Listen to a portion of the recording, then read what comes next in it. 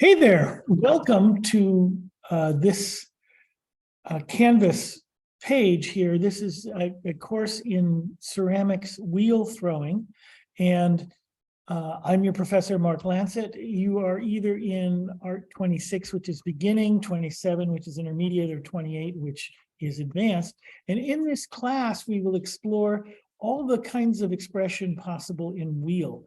And we start out relatively simple. I'm going to explain that to you, but I do also want to explain this web page. This is sitting here on a Canvas class shell. This is your shell, and you will be allowed access to this.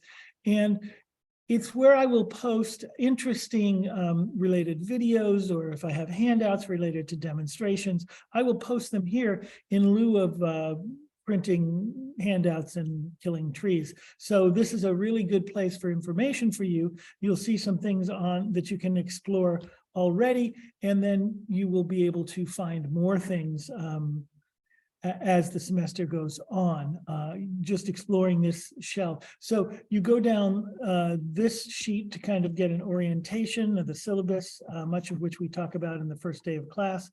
And then you hit modules, and you can start working through the areas that look of interest to you in the modules. In this class, we will be exploring throwing in very direct ways. We'll start with an exercise, which is throwing 10 cylinders at one time in one class session. So this is a little cup that's based on a cylinder, and you can see it's a little drinking cup. This is about the size that's quite common for drinking green tea, everyday sencha tea in Japan. So this is one cup idea here. Here's more of could also be a teacup or a sake cup. It's too big for a sake cup actually, but a good time with some whiskey with this. This is a nice little cup as well to drink out of. Actually, speaking of whiskey, here's a larger bowl, which is probably meant, or probably would be considered a tea bowl in Japan. But the artist that made this bowl, this is by Fred Olson, the amazing kiln builder and ceramic artist. And he calls this a whiskey cup. So go figure, that's quite a large whiskey cup.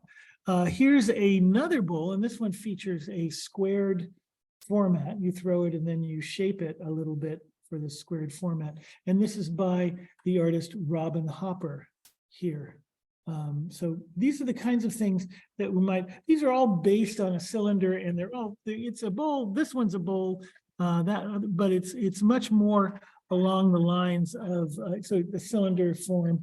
Where do we go? We can go towards bowls for a while here. We can take a look. This is a lovely piece by the artist, one of my favorites, Robert Brady. He made this in Japan when he was working there in 92, I think. So that's what this is. And then what we have over here, here's an interesting bowl, again, about the same scale as the Robert Brady bowl. This is a black Temmaku glaze, and you can see the foot on this is rather unique. It's 3 human noses. So that's an interesting option for being creative in your foot making. This is a more traditional size Japanese tea bowl, and this one is a wood-fired piece that is quite, it has that unique feature of the gravity-defying drips. They're actually dripping up. We'll teach you how to do that should you wish to. Then let's take a look at some cups real quick. These are all things that are possible for you to explore. So we'll start with cylinders, we'll go to bowls, and then we'll go to cups and mugs. So I've shown you some cups. Look at this mug here. This is by the famous ceramic artist Krista Assad, who is now running a fantastic ceramic art center in Baja, California. Krista Assad, and you can see her cup features a kind of very strong, almost architectural, sharp-edged quality to it. A different kind of faceting approach here. This is Mary Law from Berkeley, the great artist Mary Law, and this is a cup, a mug that she facets and then stretches out a bit. So that's a Mary Law piece. Here is a Kathy Kearns cup. She has been a professor here, as Mary Law has also been a professor here. And this is a rather wonderful cup where this mug, Kathy included the images of ventriloquists and their dummies, which is a bizarre and wonderful thing to put on a cup. I don't understand it, and that's why I love that cup so much. Here is a thought it might be nice to look at. This is a very delicate little vase by the artist, the Berkeley artist, Catherine Hirasu.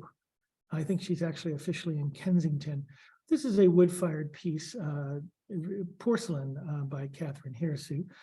And then let's just finish off with a couple of teapots. This is a teapot from Xinjiang, China, which is the center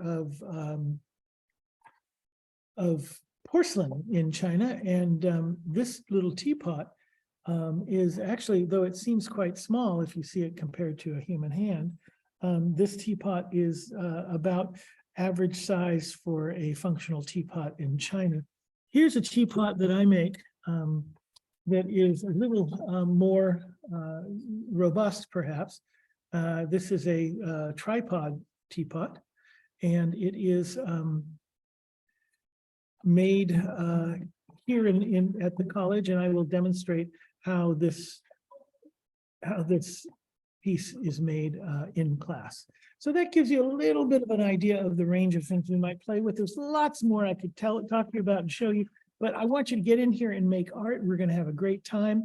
It's going to be a good semester together, and I really look forward to working with you. We're going to get going right away. So stay safe, make lots of art.